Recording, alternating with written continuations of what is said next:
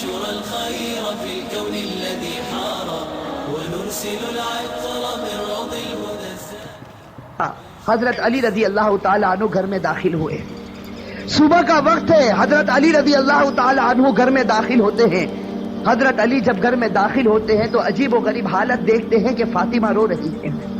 اب صبح کا وقت ہے, فاطمہ رو رہی, آنکھوں سے آنسو جاری ہے. اور حضرت علی دیکھتے ہیں کہ فاطمہ چکی پیسنے کے لیے تیار ہے اور قریب میں پانی گرم ہو رہا ہے اور قریب میں کپڑے رکھے ہیں جس کو دھونا ہے. اب حضرت علی حیران ہو جاتے ہیں کہ میں تو روزانہ صبح گھر میں آتا ہوں, لیکن کبھی میں نے یہ تو نہیں دیکھا کہ میری بیوی فاطمہ رو رہی ہو اور پانی گرم ہو رہا ہو, کہیں کپڑے دھلنے کی تیاری ہو رہی ہو, کہیں چکی پیسنے کی تیاری ہو رہی ہو. بس حضرت علی رضی اللہ تعالیٰ عنہ گھبرا جاتے اور اپنی بیوی فاطمہ سے پوچھتے ہیں کہ آخر یہ کیا معاملہ, یہ صبح صبح فجر کے وقت کیا عالم ہے کہ تم رو رہی ہو اور یہ ساری چیزیں تیار ہو رہی ہیں. روایت کے اندر ہے حضرت فاطمہ کوئی جواب نہیں دیتی. حضرت علی جیسے جیسے سوال کرتے فاطمہ کا رونا اور زیادہ ہو جاتا. حضرت علی بہت سوال کرتے اور فاطمہ دھاڑے مار کر روتی ہے. آخر میں حضرت علی کہتے ہیں کہ تجھے خدا کا واسطہ ہے, مجھے بتا دے تو کیوں رو رہی ہے, اور صبح میں یہ کیا حال ہے کہ پانی گرم ہوتا ہے, کہیں کپڑے دھلے جا رہے ہیں, کہیں کچھ تیاری ہو رہی, آخر کیا معاملہ ہے. بس حضرت فاطمہ رونے لگتی اور رو کر کہتی ہے کہ میں آپ سے کیا بتاؤں, رات کو میں نے خواب دیکھا.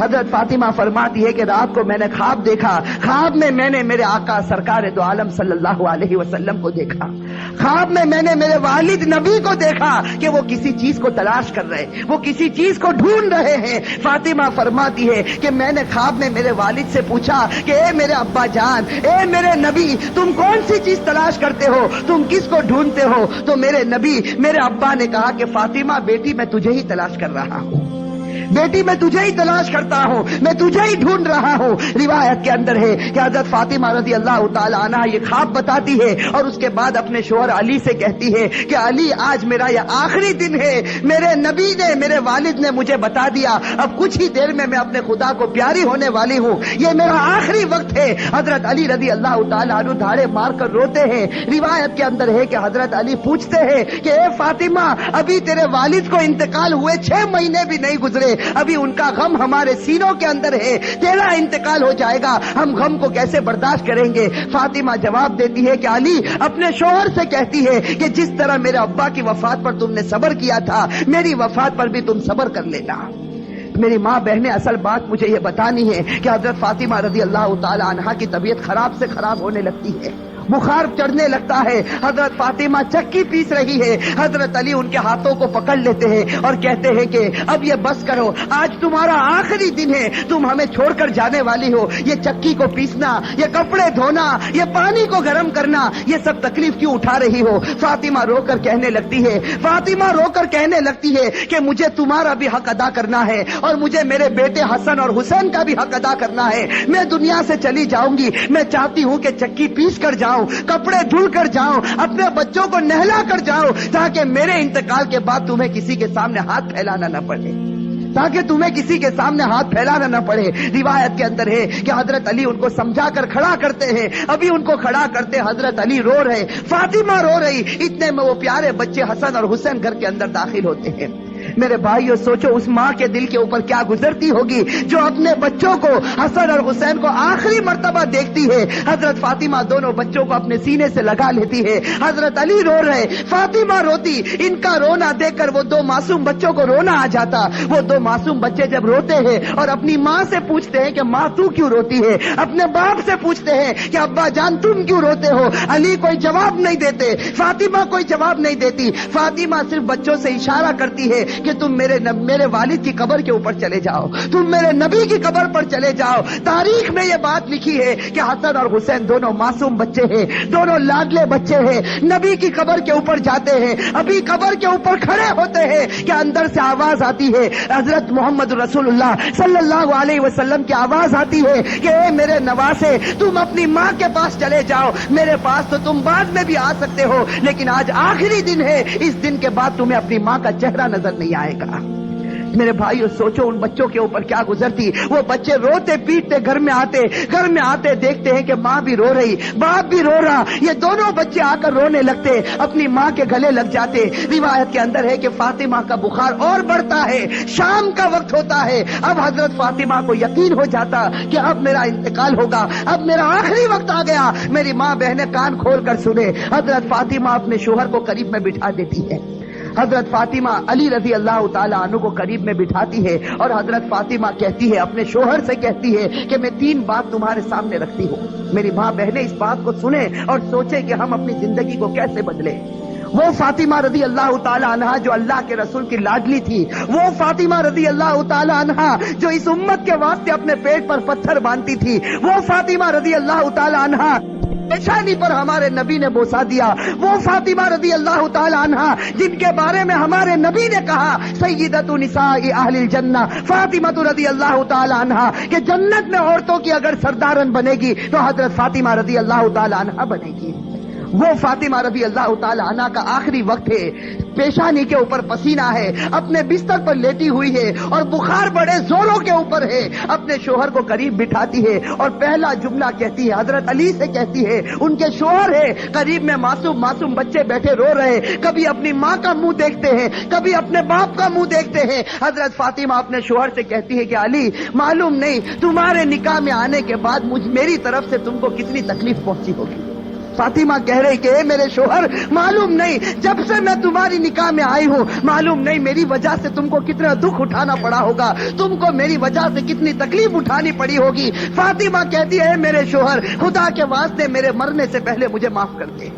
اپنے شوہر سے کہتی ہے کہ میرے مرنے سے پہلے مجھے معاف کر دے تاکہ قیامت کے میدان میں مجھے میرے نبی کے سامنے ذلیل نہ ہونا پڑے, مجھے میرے والد کے سامنے رسوا نہ ہونا پڑے. اے میرے شوہر میں نے تیرے حق میں کوتاہی کی, میں نے تیرے حق میں غلطی کی, میری طرف سے تجھے دکھ پہنچا ہے, اے میرے شوہر مجھے معاف کر دے. روایت میں ہے کہ علی دھاڑے مار کر رونے لگتے, فاطمہ کے سر پر ہاتھ پھیرتے اور کہنے لگتے فاطمہ تو غم مت کر, آج فکر میں کرتا ہوں کہ تو نبی کی بیٹی تھی لیکن میں تیرا حق ادا نہ کر سکا, تو نبی کی بیٹی تھی میں تیرا حق ادا نہ کر سکا. اور اس کے بعد علی ایک لمبی سانس لے کر رو کر کہتے ہیں کہ فاطمہ مجھے معلوم ہے جب سے تو میرے گھر پر آئی ہے تجھے 2 وقت کی روٹی کبھی نصیب نہیں ہوئی ہے.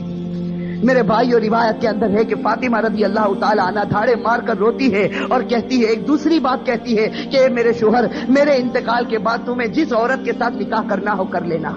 فاطمہ کہتی ہے میرے انتقال کے بعد جس عورت کے ساتھ نکاح کرنا ہو کر لینا. اس کے بعد اپنے پیارے بیٹے حسن اور حسین کی طرف کر کے کہتی ہے, اور حسین کی طرف اشارہ کر کہتی ہے کہ علی کے ساتھ نکاح کرنا ہو نکاح کرنا, لیکن ایک رات میرے ان بچوں کے پاس بھی گزارنا. یہ معصوم ہے, یہ اپنا اچھا اور برا نہیں سمجھتے, جب یہ بالغ ہو جائے تو ان کو خدا کے حوالے کر دینا. اور تیسری بات میری ماں بہنیں کان کھول کر سنیں, یہ ہمارے نبی کی بیٹی کی آخری وصیت, ہمارے نبی کی لاڈلی بیٹی کی آخری وصیت.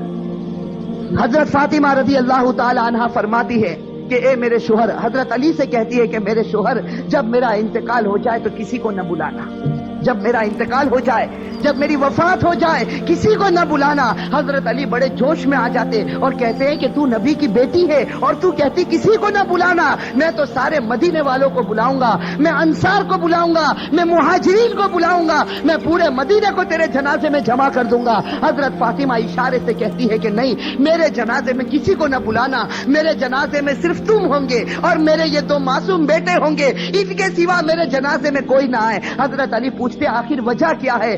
حضرت فاطمہ رونے لگتی اور رو کر کہنے لگتی ہے کہ میرے والد نے مجھ سے کہا تھا کہ بیٹی پردے میں رہنا, میرے والد نے مجھ سے کہا تھا بیٹی پردے میں رہنا, میں نے میری والد کی بات کو پورا کر لیا. زندگی میں کسی مرد نے میرے بدن کو نہیں دیکھا, میں چاہتی ہوں کہ موت کے بعد بھی کوئی میرے بدن کو نہ دیکھے, میں چاہتی ہوں موت کے بعد بھی کوئی غیر آدمی میرے جسم کی طرف نگاہ نہ اٹھائے. میری ماں بہنیں آج اسی بات سے ہمیں شرم آتی ہے.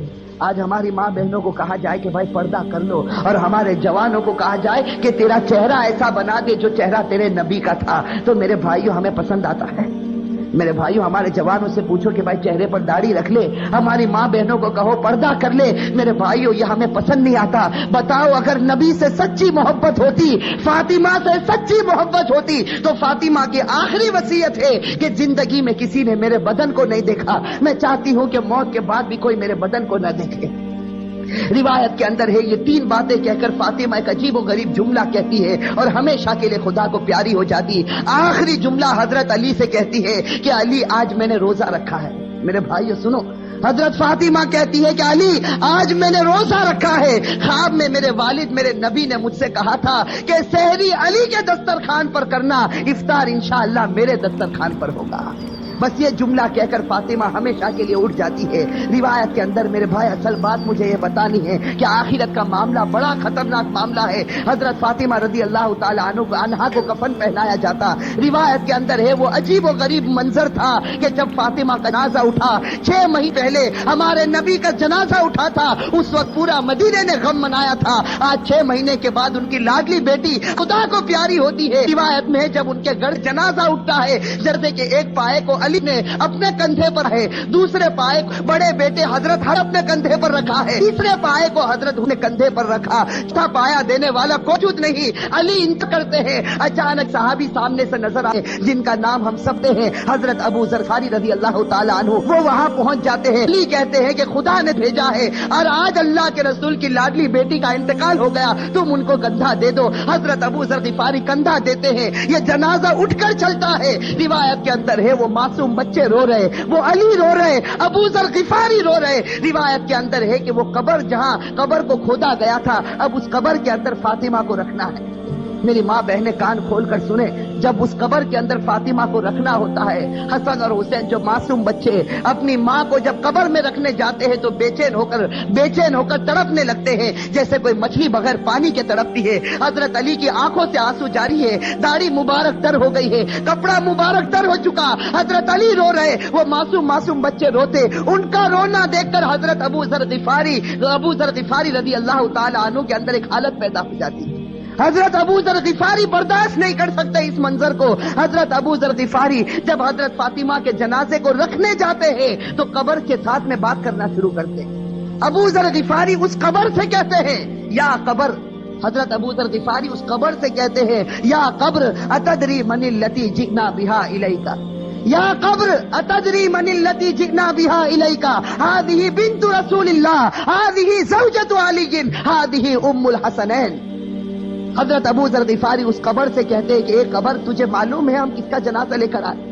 اس لیے کہ حضرت ابو ذر غفاری سے برداشت نہیں ہوتا، وہ معصوم بچے روتے ہیں، وہ علی جیسا بہادر آج اپنی آنکھوں سے آنسو بہاتا ہے۔ تو حضرت ابو ذر غفاری اس قبر سے کہتے ہیں یا قبر، اے قبر تجھے معلوم ہے ہم کس کا جنازہ تیرے اندر رکھتے ہیں؟ یہ اس کا جنازہ ہے جس کو اللہ کے رسول کی بیٹی کہا جاتا، یہ اس کا جنازہ ہے جس کو علی کی بیوی کہا جاتا، یہ اس کا جنازہ ہے جس کو حسن اور حسین کی ماں کہا جاتا۔ روایت کے اندر ہے کہ ابو ذر غفاری جنازے کو رکھتے یہ جملہ کہتے ہیں، قبر کے اندر سے آواز آتی، قبر کے اندر سے آواز آتی یا ابا ذر، اے ابو ذر، ھذا لیس بیت نسب ولا حسب، کہ ابو ذر یہاں خاندان مت گناؤ، یہاں خاندان اور رشتے مت گناؤ، یہاں تو یہ بتاؤ اچھے عمل کر کے کون آیا اور برے عمل کر کے کون آیا۔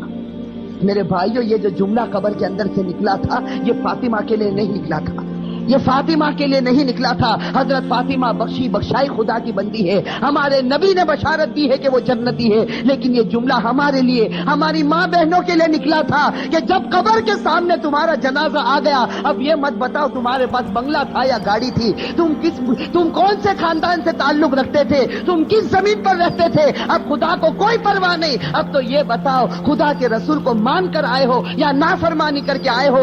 اگر مان کر آئے ہو تو جنت کا باغ ہے، اور میرے بھائیوں نافرمانی کر کے آئے ہو تو اللہ حفاظت فرمائے، وہ جہنم کے گڑھوں میں سے ایک گڑھا ہے۔ میرے بھائیوں اللہ ہم سب کی عذاب قبر سے اللہ ہم سب کی حفاظت فرمائے۔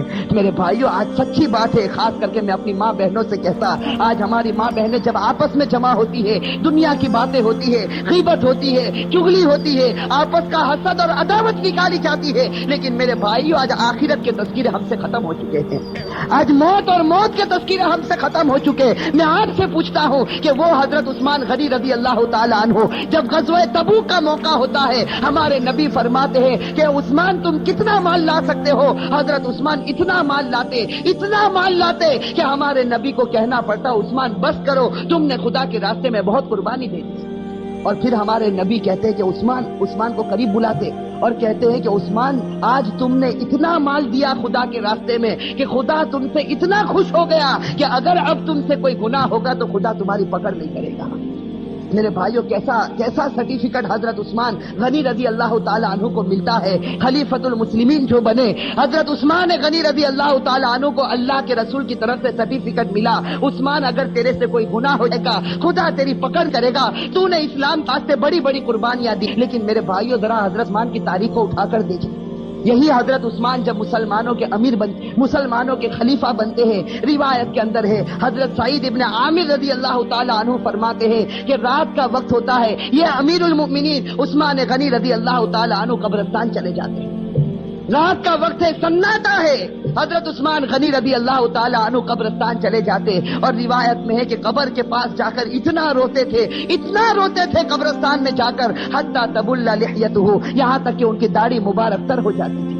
اور لوگ آ کر عثمان سے پوچھتے تھے تذکر الجنت والنار فلا تبکی وتبکی من ھذا، کہ عثمان تم جنت کا تذکرہ کرتے ہو، تم جہنم کا تذکرہ کرتے ہو، لیکن اتنا نہیں روتے، کیا بات ہے کہ تم قبرستان میں جاتے ہو تو اتنا روتے ہو؟ اس وقت عثمان غنی رو کر جواب دیتے تھے کہ میں میرے نبی کو یہ کہتے ہو سنا، ان القبر لمنزل من منازل الاخرہ فان نجا منه فما بعده اثر منه وان لم ينجو منه فما بعده اشد منه۔ حضرت عثمان کہتے تھے کہ میں نے میرے نبی کو یہ کہتے ہوئے سنا ہے قبر آخرت کی منزلوں میں سب سے پہلی منزل ہے۔